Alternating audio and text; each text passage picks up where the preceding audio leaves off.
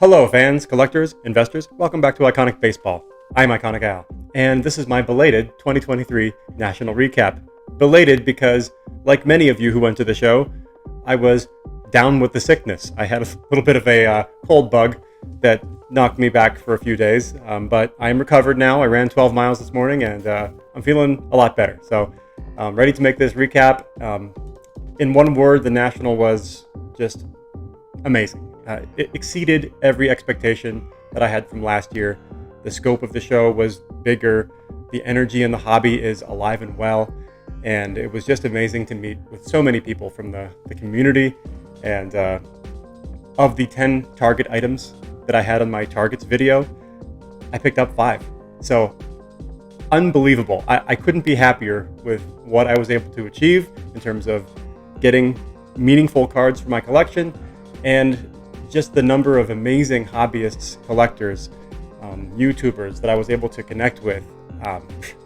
I'm still on cloud 9 from that show. So stay tuned and we'll go into it. Take me out to the ball game. Take me out with the crowd. Buy me some peanuts and cracker jack. I don't care if I never get back. Let me root for the home team. If they don't win, it's a shame. For it's 1, 2, 3 strikes, you're out at the old ball game. Okay, I was at the show for 2 days this year, Thursday and Friday. I flew in Thursday morning and pretty much went right to the show and spent 5 hours walking the floor, really focused on the showcases. That was my day to really hone in on my pickups. And largely, I think I was successful. I was able to pick up 5 out of the 10 items on my target list, which I still can't believe that I was able to get that many items on the list. We'll get into the pickups in the second part of this video. I'll turn the camera around and we'll go through those. But after the show on Thursday was Mike Moynihan's content creator event. And let me just say, that was the highlight of my entire weekend. It's estimated that 250 people were there, and I would agree with that. And it was just amazing to interact with so many members of the hobby community, other collectors, luminaries in the hobby, like Dr. Beckett. And a big shout out to Mike Moynihan for doing this and being sort of the official, unofficial organizer of all this and bringing this all together. As someone who used to live in Chicago, to have Giordano's Pizza brought in, what a great touch. Thanks, Mike. But yeah, it was just an amazing event. I'm going to run through some of these shout outs here, and I'm going to try to just do it rapid fire in one take if I can. And again, it's impossible for me to remember everybody that I interacted with because I was going on very little sleep. And the number of people that I interacted with in that day was just mind-boggling, but it was the best day of the year for me. So let's just start at the top. Orlando from A Collector's Dream. He was delightful. He gave me one of his signed business cards, and it's just a great channel. A Collector's Dream. For anybody that hasn't found his channel yet, he's amazing. He has an amazing vintage collection, a lot of knowledge, and check it out. And it was a pleasure to meet you, Orlando. Next up, we have, I ran into Ryan Nolan from Breakout Cards on the show floor on, I think it was Thursday. But it was awesome to meet him. I've always been a big fan of his channel, and just kind of watching his pre-war and, stuff from the 1800s that he's into. And I always take something away from his videos. So it was a pleasure to shake your hand, Ryan, and keep up the good work. I love the channel. Next up, I ran into Dustin, the sports card dad, on the show floor, and I, was able to wave to his wife. Didn't actually get to meet her, but they were talking to people, but I was able to just briefly shake Dustin's hand. I met him last year, but it was just great to check back in, and always kind of been a big fan of Dustin, just because he was one of the first channels that I found when I sort of got into this YouTube world back in 2020 during the pandemic. So shout out to Dustin. Keep up the good work, man. Scott, of course, Scott of Reindeer Studios. He was kind enough to sign my Jackie Robinson art card from last year, which was very meaningful to me because that was the year that I picked up the Jackie Robinson autograph. And so now I have a beautiful signature that says "Stay Iconic," a nicely inscribed copy of that art card from Scott Reindeer Studios. And he also added a beautiful Hank Aaron art card to my collection. Beautiful piece. Thank you, Scott. And last but not least, a beautiful black cap, Christy Mathewson. Just 3 amazing pieces there. Always a delight to talk to Scott. You know, he'll just talk your ear off, but it was amazing. You know, he wouldn't shut up about Jim Tomey for some reason, but always a lot of fun to mix it up with Scott, Reindeer Studios. I was able to meet Mike Summer of Wax Pack Hero. I'd never met him before, but I love his channel. Filmington, legend. I briefly shook his hand last year, but I got to talk to him a little bit more this year. Andy, she blinded me with refractors. I was able to have another great conversation with him this year, and he shared some of his pickups, his recent pickups, old presidential stuff, and just amazing pre-war obscure issues. And it's always great to pick his brain and see what he's getting into. So thanks for the discussion, Andy. Had a great time. Adam from Splendid Sports, and I'll couple that with Dylan from Double D. They had this great dual 1951 Redback inspired release this year, and I was able to get them both to autograph that. So I might have one of the few dual autographed 1951 Redback inspired Double D and Adam of Splendid Sports. Limited issues, and that's number 2 out of 100. So I am honored. Thank you, and it was a pleasure to meet you both. All right, next up we have, I met Chris Sewell, baseball card collector, investor, dealer, in that order. And I was kind of starstruck. It's a channel that I've been following for years, and I just kind of turned around at the creator event, and he was standing there. I was like, oh, wow, you're a baseball card collector, investor, dealer in that order. And I shook his hand, and he was very nice, and we just had a brief conversation, and it was cool to meet him. Eric of 4 Leaf Cards. I met him last year. Again, great to talk to you again this year. He gave me an envelope with his $5 challenge, his finder's fee challenge, and you have a package on the way to you, sir. So thank you, and great to talk to you again. Eric from 4 Leaf Cards. Next up we have, I briefly ran into Dave Blue Jacket 66, one of the legends in the hobby. I was honored to be able to share some of my pickups and briefly discuss them with you, sir. And love the channel. I love just everything you post. Every video you list on YouTube is insightful. And so please keep making videos. The more the better. And it was an honor to meet you. Next up, Adam, Vintage Sanctuary. One of my favorites. I met him for the first time last year, and it was just an honor to get to see your 1938 Gaudy Heads Up Joe DiMaggio in person. Just as it was an honor to see your 52 Mays last year. So Adam, Vintage Sanctuary, it was a pleasant and a pleasing time in the Vintage Sanctuary. Next we have, the THA Card Story. I was able to meet Matt and Tyrus, so that was an honor. Great to meet you guys. Eric from Those Back Pages, it was amazing to share in your delight after that monumental trade you made. I believe you acquired a 52 Topps mantle. I mean, what a dream card. And congratulations, sir, on that pickup. That is huge. A card that most collectors can't even dream about. So that's huge. And it's a beautiful copy, too. Next up, we have Nate Topps 85401 here. And that brings me to the Bonds group. Basically, my dad is a Barry Bonds super collector.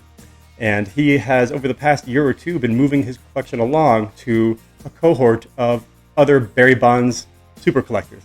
And I was able to meet that group of super collectors and get a good picture with them. So I'll put that up here.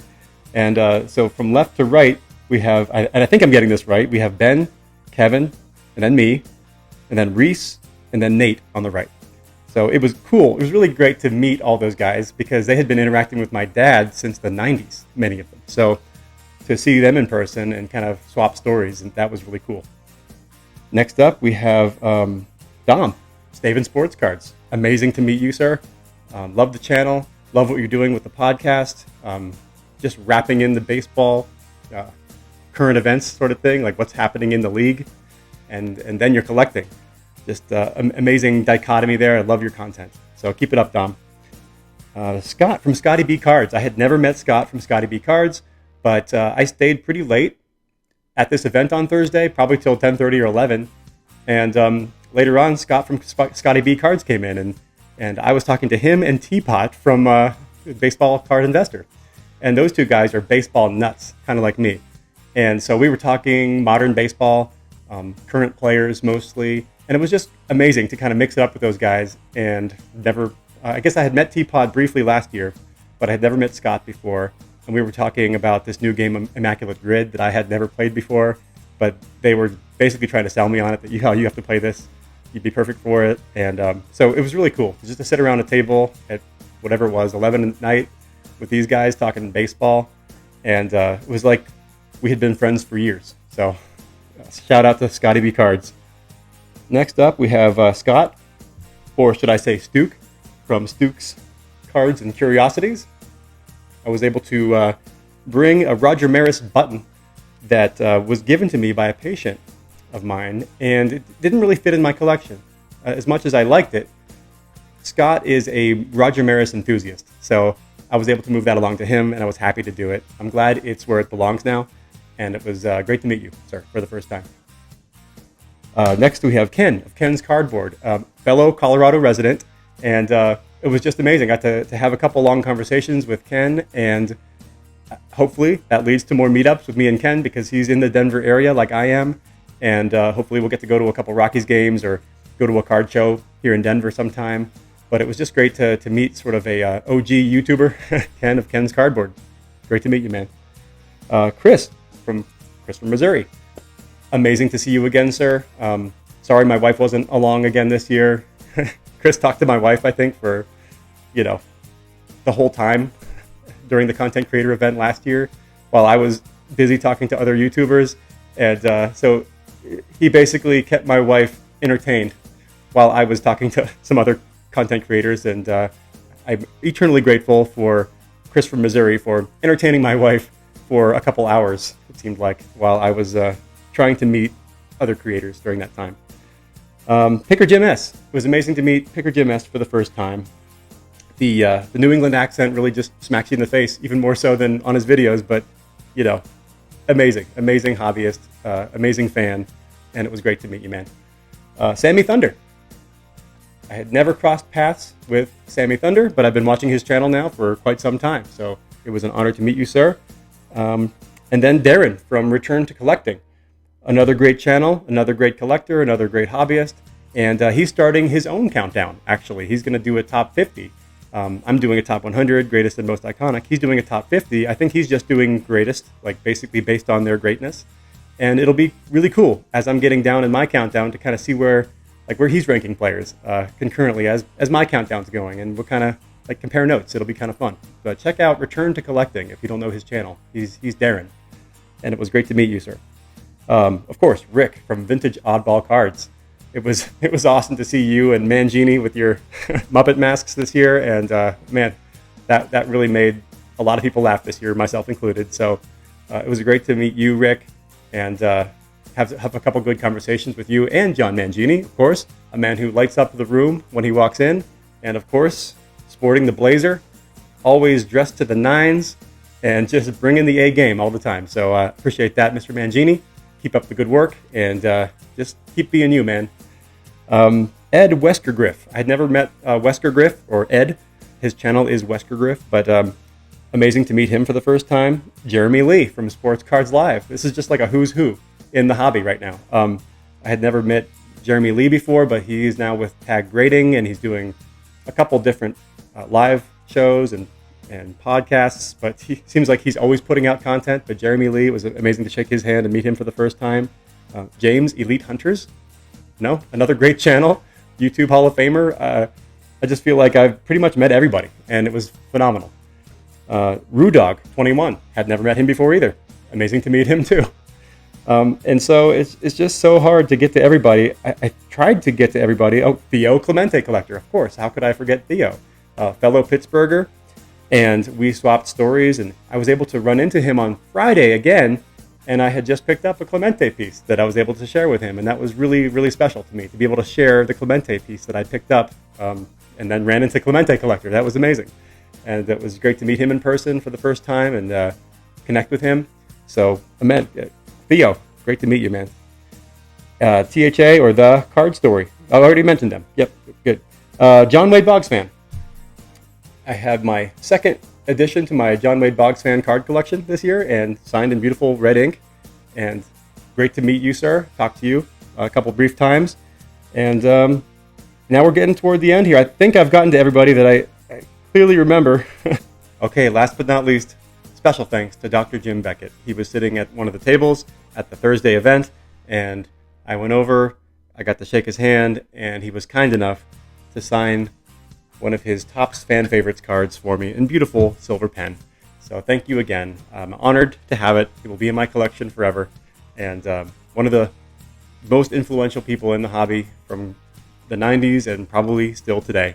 He was really instrumental, I think, in legitimizing the hobby in terms of pricing and grading and just bringing more analytics into the hobby. And again, it's an honor. Thank you, Dr. Jim. And one last random thing. I'm pretty sure that Ken Golden gave me the stink eye. I was walking by the Golden booth, and, well, you be the judge. Okay, so that was Thursday. Walked the floor, picked up my items. Most of my major purchases were Thursday. This amazing creator event. I finally got some sleep, then got up on Friday, and I met a couple buddies of mine. And they are, not as into collecting as I am, but they were interested enough that they wanted to meet me at the show. And this photo that I'm going to put up here is of me on the left, my buddy Armand in the middle, and my buddy Steve on the right. And so we have some beers, having a great time, and I had already done my pickups, so my budget was pretty much blown by that point.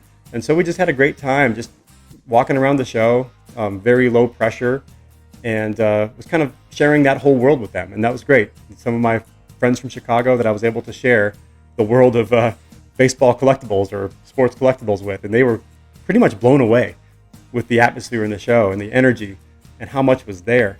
And it was really cool to just be able to walk around having already picked up my items and share that with them. And my buddy Armand was looking for a 93 Skybox Simpsons art card, one of the ones that Matt Groening did each piece of artwork individually and numbered out of 400. Unfortunately, he was unable to lock down the one that he wanted at the price he wanted, but he was looking, and he got a picture with a couple of them.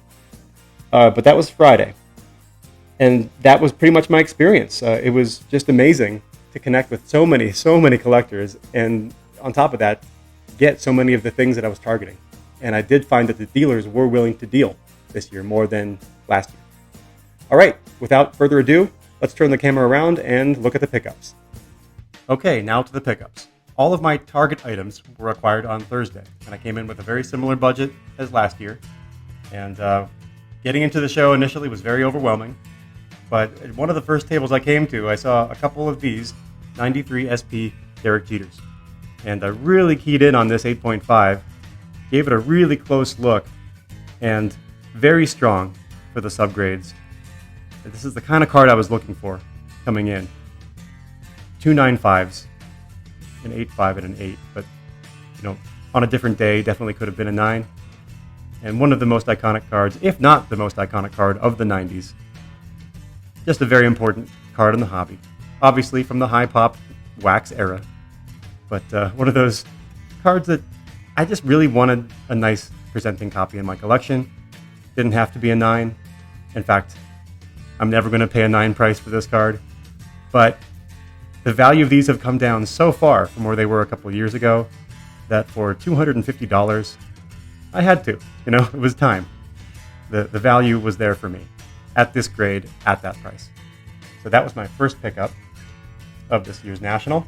Beautiful 93 SP Derek Jeter, his most prominent rookie card. And then I came, a couple booths past, and then I came across this beauty. The 1951 Burke Ross Joe DiMaggio in a really well-presenting 2. And this is exactly the kind of card that I was looking for. A 2 that presents really well. A pretty clean back, no paper loss.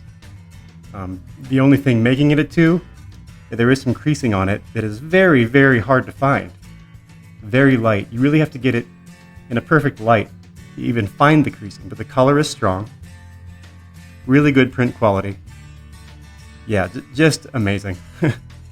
Really, really strong eye appeal too. And was able to use some prior comps to get that down. I think the guy had marked 700 on it, and the final price was 550.